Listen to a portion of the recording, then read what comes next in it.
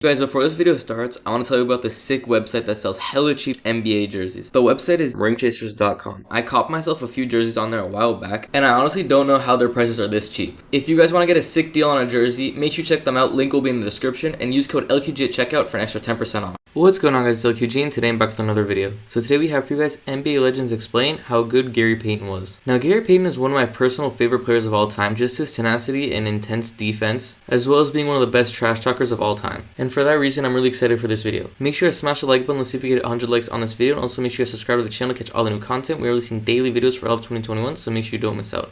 Also, let me know down in the comments below which players to do next, and I'll keep bringing these videos to you guys. And with that being said, let's get into NBA Legends explain how good Gary Payton was. Thank you, GP. Gary Payton is one of my favorite players all time. I love you, GP. Sorry we're not there to see you in person. Interesting thing, we played Seattle like 2 or 3 times in playoff series. He talked more trash to his own teammates than he did. He did. He did. And I had never seen anything like that.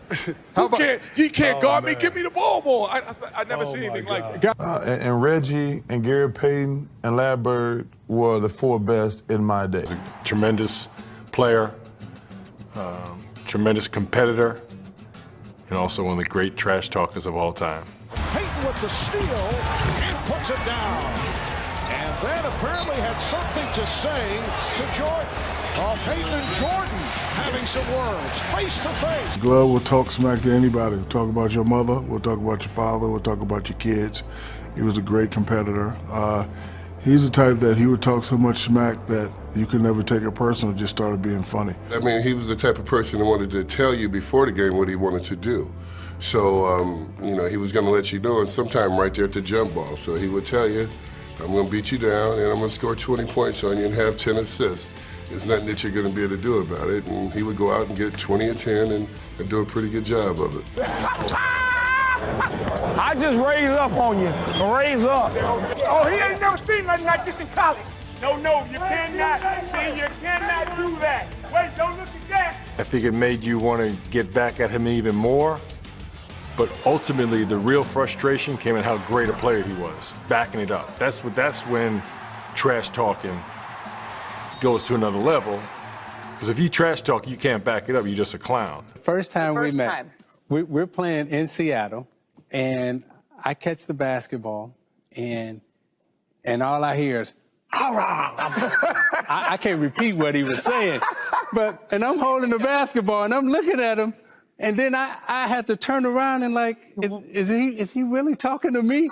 Because he was talking so much trash. Shocker. Like, hey, I had to do it. I didn't know him though. Yeah, Isaiah didn't even know who I was. Really, No one knew who you were. You were just talking? I stopped for about 5 seconds. The game was going on. I was dribbling the ball, and he was talking. And I picked up the ball just to like look at him. We kind of joked about that, especially at the Olympics. The glove. It's he was handsy, but that wasn't really where it came from. That's the term is just that he would lock people up and hold them down. Consistent, tremendous warrior-like play. Every year, every game, every minute, every quarter, he was a tremendous basketball player. And again, I don't just mean dribbling, passing, shooting. It's being prepared to play, knowing your teammates, knowing your opponents, and being prepared mentally to play. And I think you got that every night with Gary Payton. It's a tough one because you're talking about how to play the point guard and guys that could do a little bit of everything. And Gary Payton and John Stockton represented the 90s, this 90s decade in 2 very, very different ways. And so it depends on what kind of style of ball you'd like to play. And I played with Gary in Seattle and grew up watching him in Oakland at Skyline High School and then on to Oregon State and then his years in Seattle. Who's the best, I guess best or worst, trash talker? GP. I played with GP, I played against GP. He just didn't care. And the crazy thing about GP on the court, he was like that off the court. Like if he saw you in the mall, maybe that time I crossed you up, big fella, and I gave you that thing, you went up there, and you almost put your arm out of socket. You can't call me, boy, I'm a Hall of Fame. I'm first ballot, boy, I'm first ballot. It was definitely Gary Payton. I mean, Gary Payton was, I remember our point guard when, early on in my career, he didn't want to bring the ball up against Gary.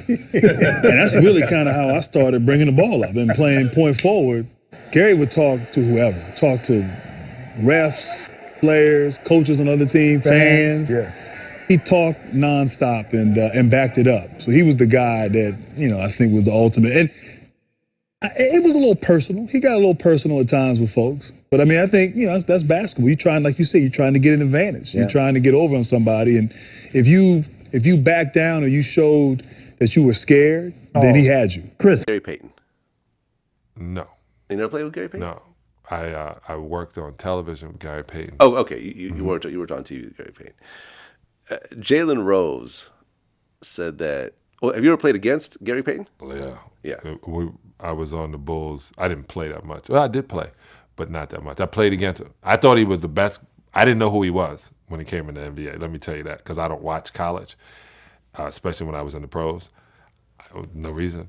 I hated watching film, so I really didn't want to watch it. So he came in the NBA and was loud from rookie year on. Well, Jalen Rose said that he was the most hostile and angry trash talker he had ever encountered, and he would fight you. It's like it's like an older brother to me. So there was a time at Michigan, even getting a chance to play in the Pacific Northwest, getting a chance to meet him and going to one of their games when I was in college. I always idolized the fact that he was a big guard. He's on the cover of Sports Illustrated when I was young, about trash talking. I wanted to model myself after that. And so on the floor, of course, he's going to have a level of confidence. And now that I've seen the commercial with Mr. Mean and I got a little bit older, got a chance to meet him and understand where Gary's from, I understand why he had that level of toughness. But also, a lot of the things that he said would be usually things that you only heard in the alley or in street ball. What was like the worst thing? What was the worst thing Gary Payton said to you in a game? Well, the crazy thing is we got along. And so we were playing against them in Europe. I had just got to Indy. This was like 1996. I got traded there in the offseason. And just so happened we were on a European tour and played against Seattle 2 straight games. And all I know is this. This dude out there cussing at me like he ain't never seen me before in life. Like, I was just with him. I was just with him, Vlad, like 10 hours ago, having drinks. This dude like, you mother... I'm like, okay. It's a strategy. I'm like, got it. He's trying to get you Got out. it. Trying to get you off your game. Got it. And he's a player also. Think about it. So he's a future Hall of Famer. The strength of his game is defense and toughness. He talks a lot of trash and he's willing to fight you. Right? Right. What you gonna do with that? What are you gonna do? He's a hater.